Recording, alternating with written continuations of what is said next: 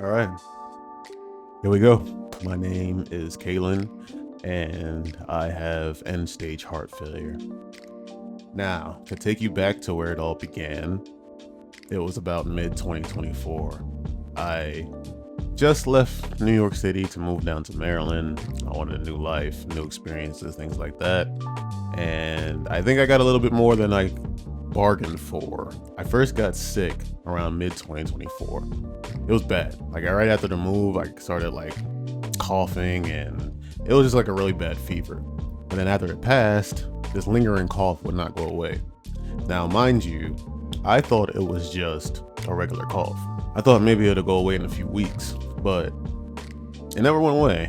It honestly just got worse to the point where I was up all late at night coughing and I couldn't even sleep. That's how bad it was. And if I laid down flat, I would just come up gasping for air, and I could not for the life of me figure out why. I lived with my brother at the time, so we both thought, us being idiots, that it was just allergies. It was not allergies. So basically, everything that came was shortness of breath, coughing, swelling of my legs. Oh my god, I remember I ate something salty one night before, and my legs puffed up like freaking Kirby. I went to the hospital because I had a stomach ache, but it turned out that they did a echocardiogram or a echo something. I'll put it up there somewhere. But yeah, they did an echo of my heart, and it came back that I had an ejection fraction of 15%, which is basically how hard your heart pumps. And hearing that and having to get an LVAD and pacemaker and all that stuff, I was 28 years old at the time. I thought my life was over. Now, I think you might be wondering what an LVAD is. It is basically a left ventricular assisted device, or assistance device. It's one of those two. And what it basically does is it helps the heart pump your blood. And you have like this wire that comes out of your stomach and it's connected to batteries, the whole 9 yards. When I first got out of the hospital in 2024, in September, they implanted me with a pacemaker. Funny enough, I got discharged right on my birthday, so I was happy about that. But yeah, they discharged me with a pacemaker and sent me on my way. Now, since the pacemaker was implanted, for a while I was feeling fine. I was able to go back to the gym. I was able to run again without getting shortness of breath in like the first 15 to 30 seconds. I was feeling great. So I thought if I could just keep this up, things wouldn't get so bad. But then things kind of took a turn for the worse. So fast forward to August 2025. I started showing symptoms again after a while. Like, I started coughing again, my face was swelling, my legs were swelling, so I had to go back to the hospital. Now, mind you, I was in New York City at the time. And funny enough, when I went into the hospital the first time. The doctor, I was there for about 2 weeks. The doctor gave me some medicine, some different medications, and sent me on my way. So I figured maybe it'd get better. But the symptoms stayed for about a week or two after that. So that's when I decided to go back into the hospital again. Weird, it's like the doctor didn't believe that I was having symptoms again. They just wanted to give me some more medications and send me on my way. But all that changed when I was in the ICU and my heart stopped. Septic shock is what happened to my heart. So basically, I was down in the ICU for about 2 days, not even knowing what happened, but I recall what happened right before everything went out. I started getting chills very bad, and right before I went out, I was talking to the doctor, just like having a normal conversation. I still remember having the chills.